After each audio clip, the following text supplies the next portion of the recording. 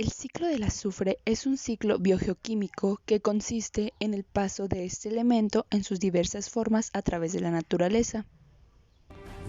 El azufre es un elemento esencial para todos los seres vivos del planeta y para realizar sus funciones. El azufre está presente en las proteínas y en algunas vitaminas. El ciclo del azufre inicia cuando es liberada a la atmósfera como dióxido de azufre, ya sea por actividad volcánica, descomposición de materia orgánica o por actividades humanas. Al combinarse con vapor de agua, forman las lluvias ácidas y llega al suelo, donde las raíces de las plantas lo absorben y lo incorporan a sus estructuras, para posteriormente pasar al resto de los seres vivos en las cadenas alimenticias. Cuando los organismos mueren, las bacterias y los hongos del suelo transforman los compuestos nuevamente en sustancias de azufre. Una parte se incorpora a la atmósfera y otra pasa al suelo, en donde las raíces de las plantas lo absorben y así iniciar nuevamente el ciclo. Y de esta forma es como se realiza el ciclo del azufre. Espero que haya quedado claro. Muchas gracias por ver este video. El fósforo es un elemento muy reactivo, por lo que raramente se encuentra solo. Normalmente lo encontramos en forma de fosfato, que es esta molécula corresponde al átomo de fósforo y está unido a 4 oxígenos y al menos como lo vemos aquí tiene una carga de -3, así que generalmente puede formar enlace con otras cosas o uno de los oxígenos puede formar un enlace covalente o incluso podemos formar ácido fosfórico, en el que los oxígenos se unen con hidrógenos, pero bueno, esta es la forma general que encontramos normalmente. Este es el fosfato y lo podemos encontrar presente en macromoléculas muy importantes en biología, como por ejemplo, este es el ADN y tanto el ADN como el RN tienen esqueletos de fosfato. Aquí podemos verlo, este es el esqueleto de nuestras moléculas de ADN y miren, en el centro de todos estos fosfatos tenemos el átomo de fósforo y también por acá y lo mismo por acá. Después aquí tenemos ATP. En biología estudiamos eso y es la fuente de poder, es la moneda de energía de los sistemas biológicos y su nombre completo es adenosina trifosfato. Pues tenemos 3 grupos de fosfato aquí y cuando le quitamos uno de esos grupos de fosfato se pueden iniciar reacciones como por ejemplo puede cambiar la conformación de las enzimas, puede hacer todo tipo de cosas interesantes, así que el fosfato es esencial para la vida. La vida como la conocemos involucra al ATP y al ADN y a muchas otras cosas en las que encontramos los fosfatos. Ahora el fosfato, particularmente el fósforo, es un poco diferente del carbono o del nitrógeno y no se encuentra en la atmósfera. Normalmente no se encuentra como un gas, más bien el fosfato se encuentra en las rocas fosfóricas formadas a base de fosfato. Hay muchos tipos de rocas fosfóricas. Voy a dibujar un suelo, supongamos que en este suelo hay fosfato y eso permite que las plantas crezcan.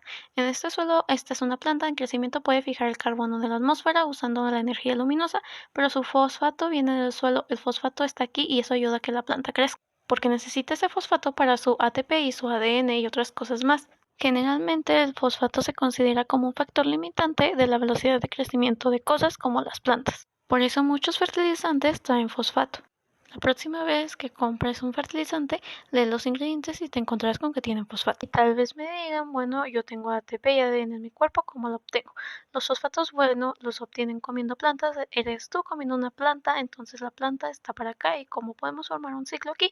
Bueno, cuando cualquiera de esta materia viva muere, voy a dibujar una planta muerta porque un animal muerto sería un poco más impactante. Entonces, por ejemplo, si una planta muerta, pongamos que está enterrada ahí, esa es nuestra planta muerta.